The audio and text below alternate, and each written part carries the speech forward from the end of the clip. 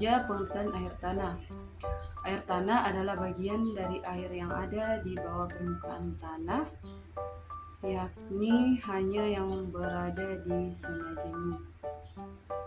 Air tanah juga merupakan salah satu aset dalam daur hidrologi, yakni suatu peristiwa yang selalu berulang dari larutan tahap yang dilalui air dari atmosfer ke bumi dan kembali ke atmosfer. Penguapan dari darat atau laut, pengembunan, pembentukan awan, pencurahan, pelonggokan dalam tani atau badan air, dan penguapan kembali. Air tanah terbagi menjadi 3, yaitu yang pertama, air higroskopis. Tidak dapat digunakan oleh tanaman karena terikat kuat oleh partikel tanah dengan gaya absorpsi. Yang kedua itu air kapiler. Air yang mengelilingi butir tanah secara kontinu dan terdapat dalam ruang kapiler. Air ini yang dapat dimanfaatkan tanaman. Yang ketiga itu air gravitasi. Tidak dapat digunakan tanaman karena air ini selalu bergerak bebas ke bawah akibat gaya gravitasi. Selanjutnya yaitu pembentukan air tanah. Air tanah terbentuk dari air hujan dan air permukaan yang meresap mula-mula ke zona tak jenuh dan kemudian meresap makin dalam hingga mencapai zona jenuh air dan menjadi air tanah.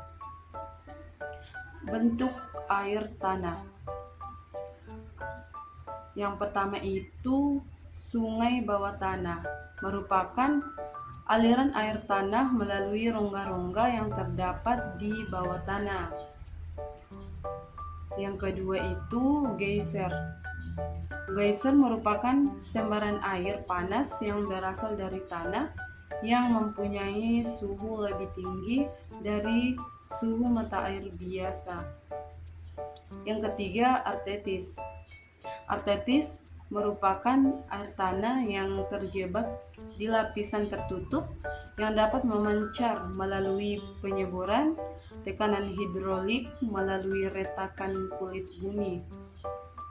Selanjutnya itu faktor-faktor yang mempengaruhi kedalaman air tanah.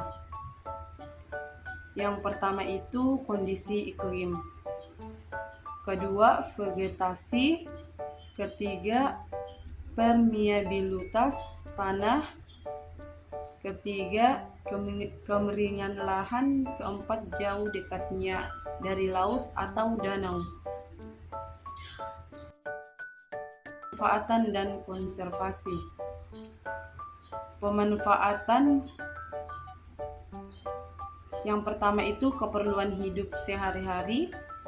Yang kedua, irigasi persawahan. Yang ketiga, keperluan industri. Selanjutnya, upaya konservasi. Yang pertama, memaksimalkan pengisian air bawah tanah, pengaturan dalam pengambilan air bawah tanah, dan memperbesar daerah resapan air. Selanjutnya, media peresapan. Yang pertama itu pori-pori tanah, kedua retakan lapisan tanah akibat kekeringan, ketiga rongga-rongga akibat tumbuhnya yang berakar besar, yang keempat rongga-rongga akibat pencairan es yang membeku, yang kelima penutupan vegetasi di permukaan tanah, yang keenam rembesan air sungai.